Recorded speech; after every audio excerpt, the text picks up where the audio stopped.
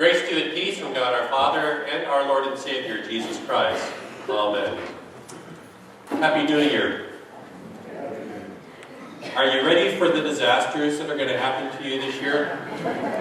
Are you ready for all the trouble that's just waiting for you? Chances are when you got together on Tuesday evening, whether with family, friends, or whoever, and you wished one another a Happy New Year, what you have in mind, if you didn't say itself, is that happiness has something to do with good health and prosperity and joy and all those great things. But you probably didn't wish one another a disastrous year, a frustrating year, a struggling year.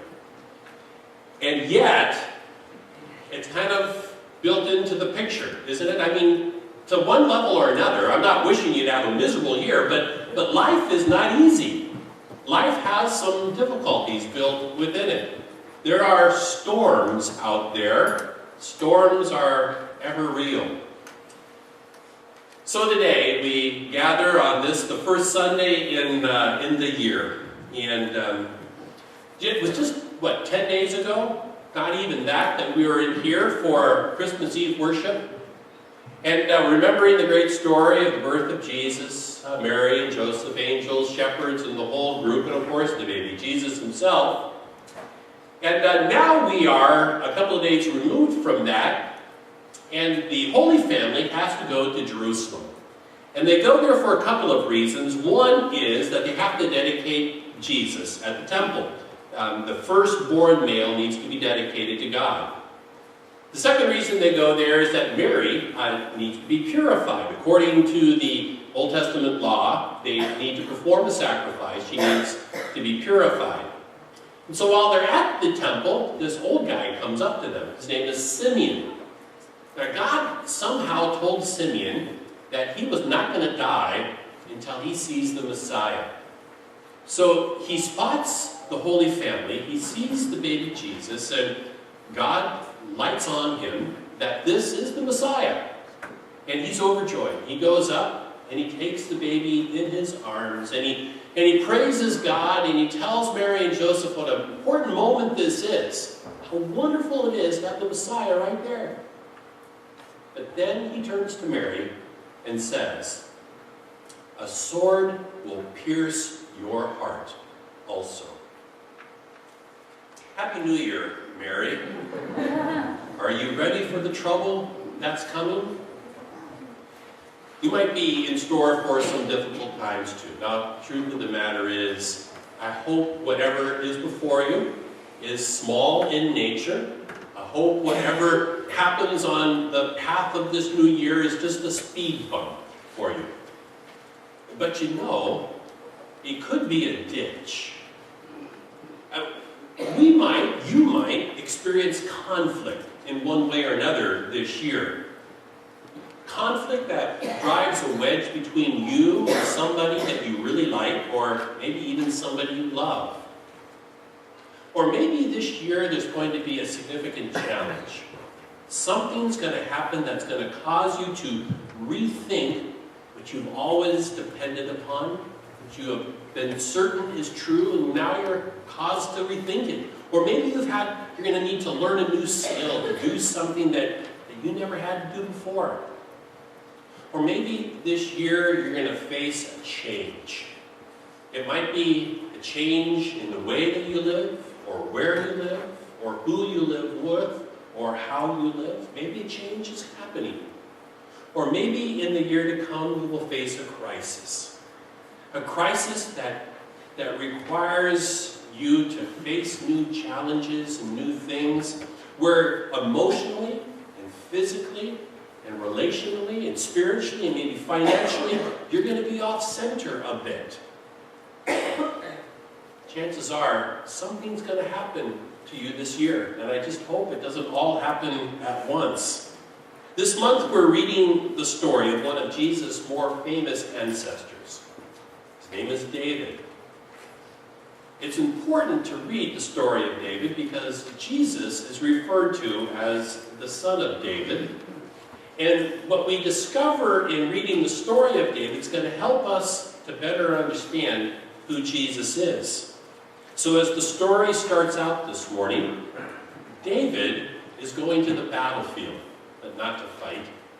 He's going to bring lunch to his brothers. And he shows up at the battlefield. The Israelites are fighting the Philistines, and he's pretty disappointed because his brothers and the rest of the Israelite army is cowering in fear.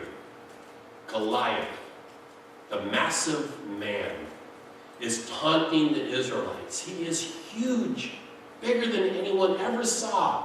Sort of like Noel Thompson. Goliath comes out of the tent and he belittles the Israelites. And in effect, he says, "You're a bunch of women. When are you going to send a man to come fight me?" He's dressed for battle. From head to toe, he's clad in bronze. Huge helmet, big breastplate. Carries a javelin, a spear so heavy that nobody else could carry it. And so along comes David, and he's dismayed. He's dismayed to see his brothers in fear, to see the rest of the Israelites in fear. In fact, he's dismayed to see King Saul is in fear. And he says, "Who is this uncircumcised Philistine that he should defy the army of the living God?" In other words, what's wrong with you lips? Don't you know who's on your side? Don't you know that you have the living God inside of you? So he decides to take on Goliath himself. What would possess a scrawny little twerp to take on this monster of a man? What is David thinking? Have you ever watched a world-class athlete get ready for competition? You know, whether it's an Olympic runner, a downhill skier, a professional football player, a soccer player, one thing they all do before competition is stretch, right? Why? Why do they do that? Well, there's a couple of reasons, obviously. One reason is to be able to increase blood flow into muscles by stretching. And that blood flow will give greater energy and power to those muscles. Good stretching will also increase accuracy and stability and coordination and balance, and it makes muscles less prone to injury. And then after competition, if somebody adequately stretched beforehand, muscles will rebuild themselves better and stronger. Now, you probably knew that. You also know what it's like, for instance, to go on a hike and not to stretch beforehand. Or to spend an entire day doing yard work and not stretch beforehand. Your body reminds you made a mistake. Your muscles are screaming out to you, "You didn't prepare me for this. I wasn't ready for all this work, and now I'm going to make you pay." Which is why every time I get up from my easy chair and I make my way to the kitchen, to the refrigerator for a snack, I stretch first. So, if you're supposed to stretch your muscles before they do physical activity, before you work out in any way, how do you suppose you might stretch your soul for the things that are coming into your life? I mean, have you ever thought about your soul is like your muscles, and it needs to be stretched before it is used? How do you suppose you're supposed to stretch your soul?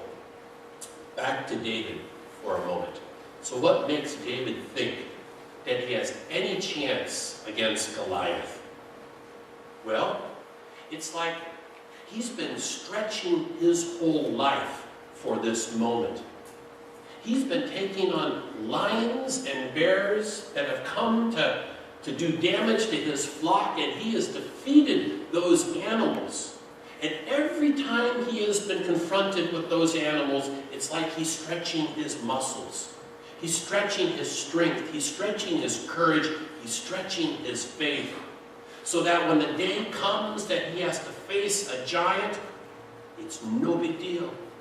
He's been getting ready for this his entire life. Are you ready?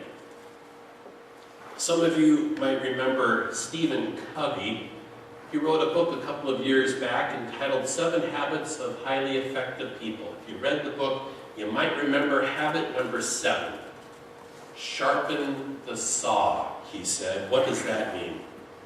So Covey tells a story. It goes like this. A man is struggling in the woods to saw down a tree. And an old farmer comes by and watches him for a while and then quietly asks, "What are you doing?" "Can't you see," said the man impatiently, "I'm sawing down this tree." "You look exhausted," said the farmer. "How long have you been at it?" "Over 5 hours," said the man, "and I'm beat. This is hard work."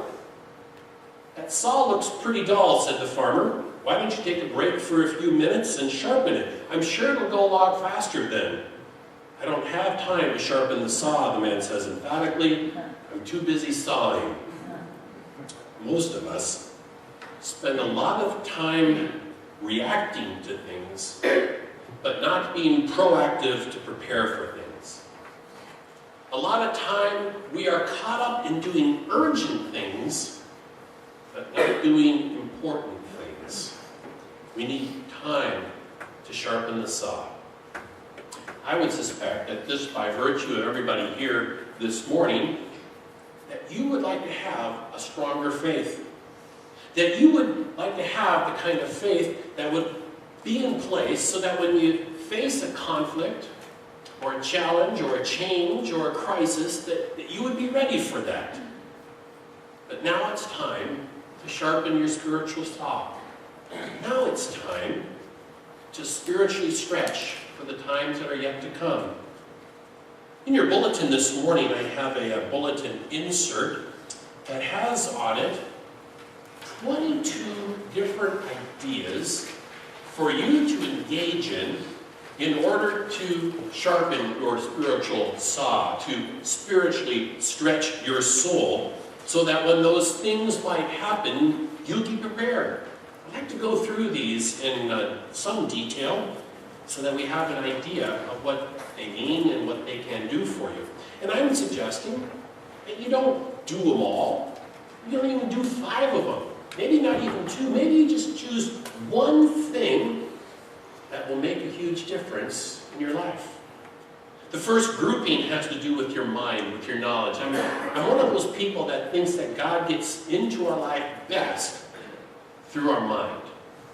So maybe an idea, read the whole Bible. Do you know that only 10% of the Christian community in the world ever reads the whole Bible in their life?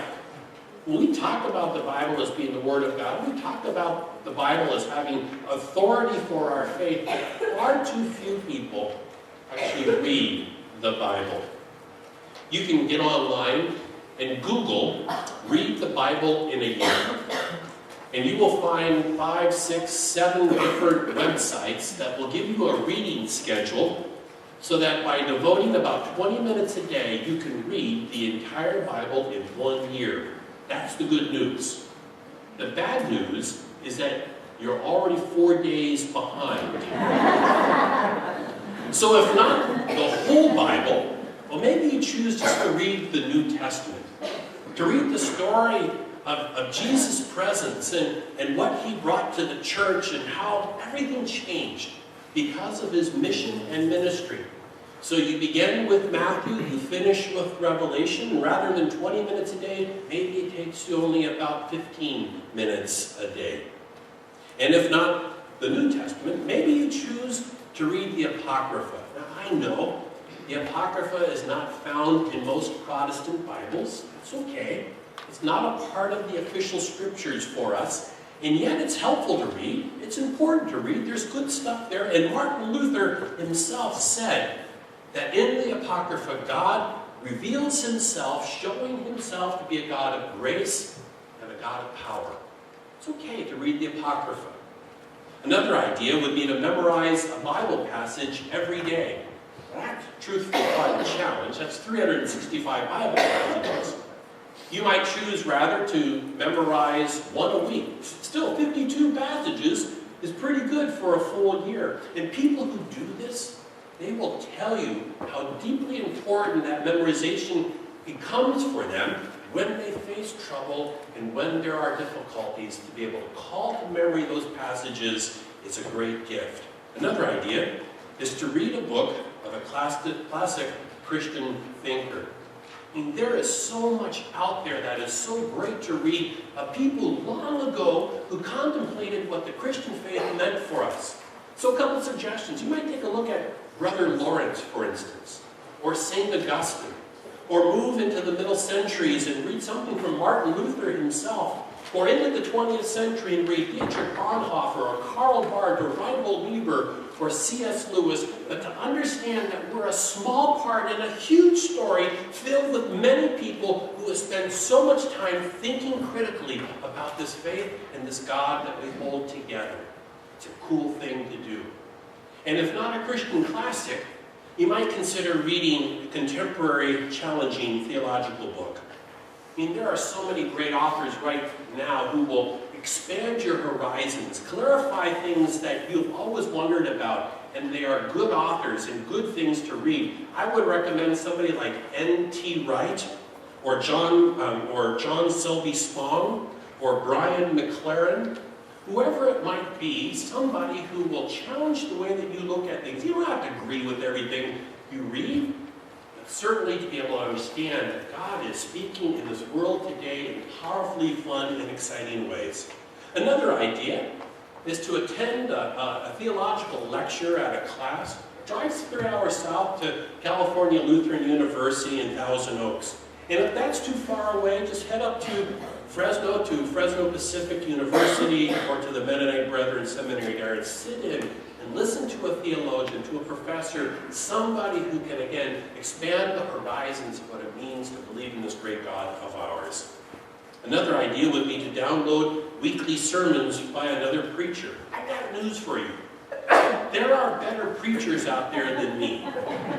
Not better than Pastor Zurich, but definitely better than me.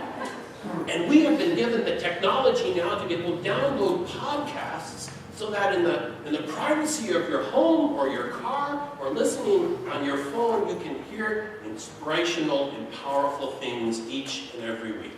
The second grouping has to do with your prayer life. Commit to 10 minutes of daily devotions. That's it, 10 minutes. You read a Bible passage, choose whatever you want to read, and spend a few moments in prayer, and you are done.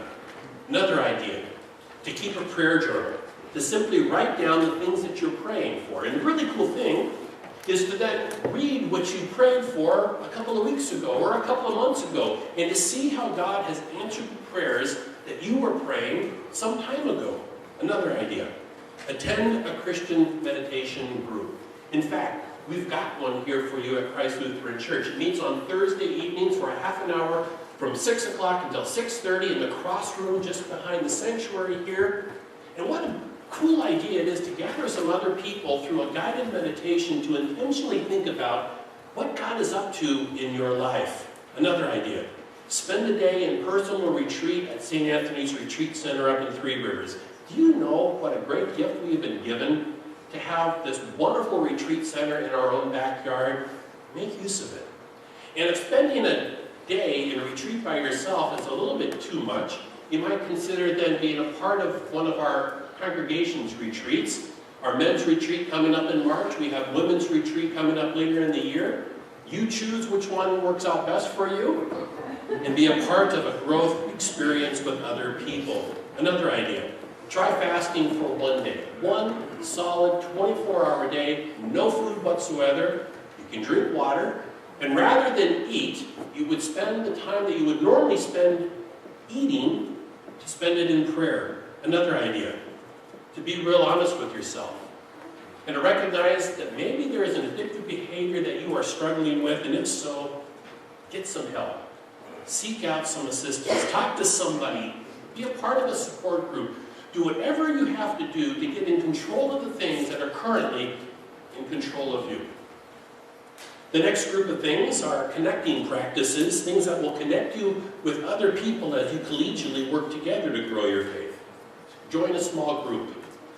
In just a couple of weeks, we're going to be doing another round of sign-ups for small groups. You can wait until then, but you don't have to. You can find a couple of friends and you can start your own small group. Just decide when you want to meet. Talk with Pastor Mike. He will give you all that you need in order to have an effective, healthy small group, and you'll be on your way in making a huge difference in your life and the lives of others who are part of that small group. Another idea, attend an existing study that takes place, or join Fuel for Faithful Living. Here's the beauty of Fuel for Faithful Living. They meet at 9:30 every Sunday morning over in the Christian Life Center. It's easy to be a part of. And if you have kids in Sunday school, what better way that while they're in Sunday school for you to be in a class yourself, learning and engaging so that you enjoying worship together as a family. You know, studies show time and time again that the number one reason why kids stop going to church when they're in high school is because they don't see their parents putting in the same things that they were made to do, such as going to Sunday school. Parents who model growth in learning have a better opportunity to model good things of faith for their children. The final group has to do with things developing your faith life through giving. Sponsor a child in a third world country. In fact, you're going to be given this opportunity in the month of March, as we're going to partner with World Vision, giving you the opportunity to sponsor a child in Africa or Asia someplace, allowing for you to do something that will enhance those lives in real and tangible ways. Another idea, teach Sunday school. Not because it's good for the kids, it might be good for the kids, but because there's nothing quite like growing your faith, as every week you have to prepare a study for little kids who would rather be playing Nintendo.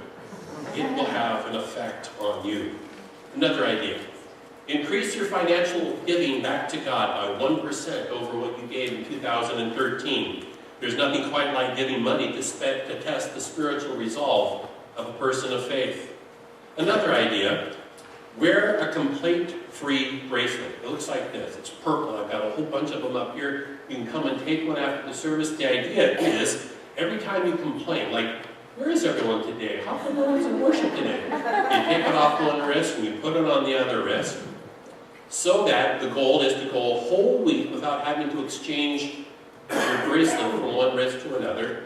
I've discovered that people who are spiritually rather shallow are people who generally complain a lot. This will grow faith. Another idea, and probably the last, perhaps one of the toughest, find someone who hurt you and let them know, even if they don't know that they did, and then tell them you forgive them, but also ask if you hurt them, and if so, if they would forgive you. You see, there's nothing quite like facing down conflict with somebody, going face to face with them, and resolving the wedge that has existed between you in order to challenge the depth of your faith. You know, all too often, I hear people who want a deeper faith. They want to grow closer to God. They want to reap the benefits of having greater peace and greater hope and greater love and greater patience, but they've done very little to prepare themselves for the things that they would wish. They figure they can kind of just drift into spiritual maturity, but you can't drift into spiritual maturity. It doesn't work that way. It takes work. It takes planning. And so may the things that you began to do today or this week become strength for you when times are not so easy. May you stretch your soul so that you, like David who has gone before you, might be filled with the Holy Spirit, so that when those difficult times come, you will be ready to conquer the giant. Amen. The peace of the Lord be with you always. I invite you to share the peace of Christ with those who are near you.